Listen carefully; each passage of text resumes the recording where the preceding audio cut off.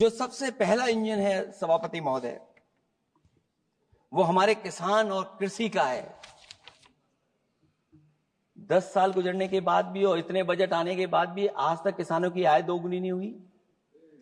यह हमारे तमाम माननीय सदस्य समय समय पर अपने क्षेत्र की जो समस्या है फसल को लेकर के सवाल खड़ा करते हैं।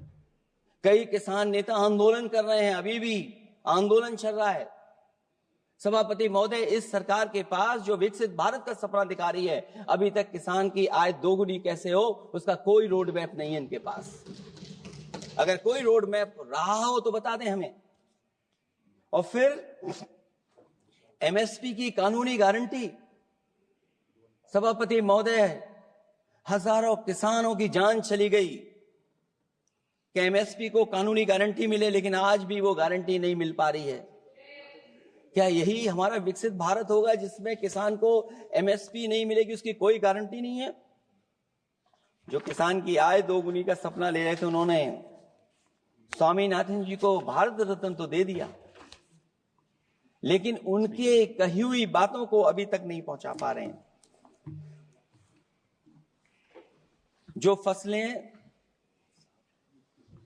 दलहन तिलहन बढ़ावा देने के लिए जो मिशन की घोषणा की गई थी, वो क्या मिशन अभी पूरा हुआ है? क्योंकि अभी तक हम लोग तिलहन इंपोर्ट कर रहे हैं। दलहन तिलहन के बारे में पहले बजट से कहा जा रहा है, अध्यक्ष महोदय, आज भी हम लोगों को इंपोर्ट करना पड़ रहा है। और उसका परिणाम यह है कि हम अपने किसानों को जो लाभ देना चाहते हैं वो नहीं लाभ दे पा रहे हैं।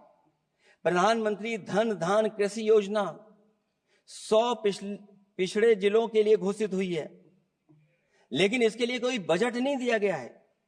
फल और सब्जी का उत्पादन को बढ़ावा देने के लिए भविष्य में योजना बनाई जाएगी। यही 4 इंजन की बजट है कि फल और सब्जी के लिए बाद में बजट बनाया जाएगा, बाद में बजट घोषित होगी, पॉलिसी क्या होगी वो बाद में तय होगा।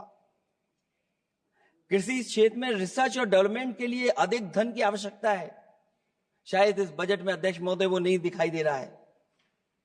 कृषि क्षेत्र में कार्यबल करीब 46% है, लेकिन जीडीपी में इसका योगदान केवल 18% है। किसानों की खराब आर्थिक स्थिति को दर्शाता है कि अभी हमारा किसान गरीब है।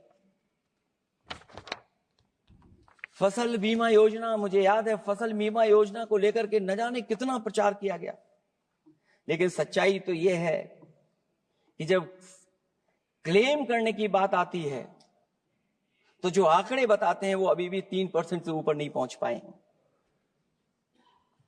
किसान के कर्ज के कारण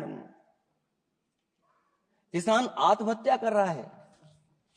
क्या विकसित भारत की यही तस्वीर होगी कि लाखों लाख किसान हमारा आत्महत्या कर ले?